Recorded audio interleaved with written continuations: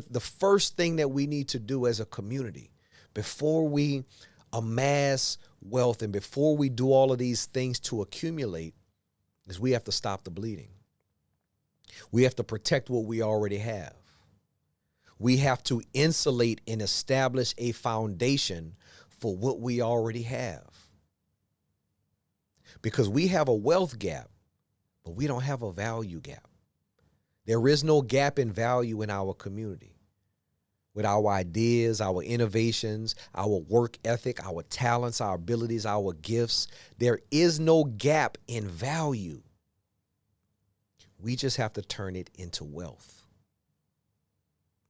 And so if you are a wealth creator, if you are a person that has attained or achieved a certain amount of economic success, the first thing that you need to do is vertically integrate that success among your family. That means connecting the dots generationally. That means first making certain that you understand if your parents are fortunate enough to still be living, that you make certain that their affairs are in order, that you openly have conversations about generational wealth and how they can prepare and structure their wealth in a way that passes down vertically in the best way possible to their family. That you make certain that your family is using all of the resources available to be able to protect what they already own. That means gone are the days of us losing family land and family assets to probate and to family infighting. When we have to sell property for pennies on the dollar and pay lawyers thousands and thousands of dollars and squander assets that have been accumulated over decades. We have to stop the bleeding. And so as a wealth creator, the first thing we have to do is vertically integrate, make certain that our parents, if they're still around, transferring their assets in a responsible way. And then we also have to pass on that financial literacy to our children and make sure our children understand not only the financial aspect, but they understand the values that it takes to accumulate that. Because the value is meaningless without the values. And so vertically, we want to create a pipeline of instruction, of direction, of knowledge, of acumen, of literacy, so that we understand how wealth flows through generation to generation. So that we're protecting our assets. We're utilizing the tax code. We're utilizing the laws. We're utilizing everything that is available to us to protect what we have.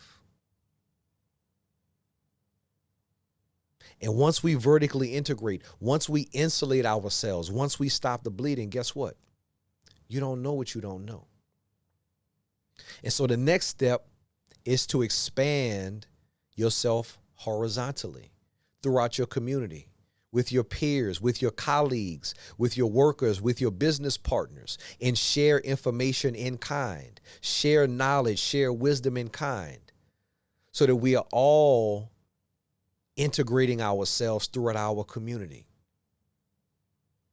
We are all sharing wisdom and knowledge throughout our community. And we are horizontally integrating that knowledge, that wisdom, that wealth, so that we all understand what needs to be done.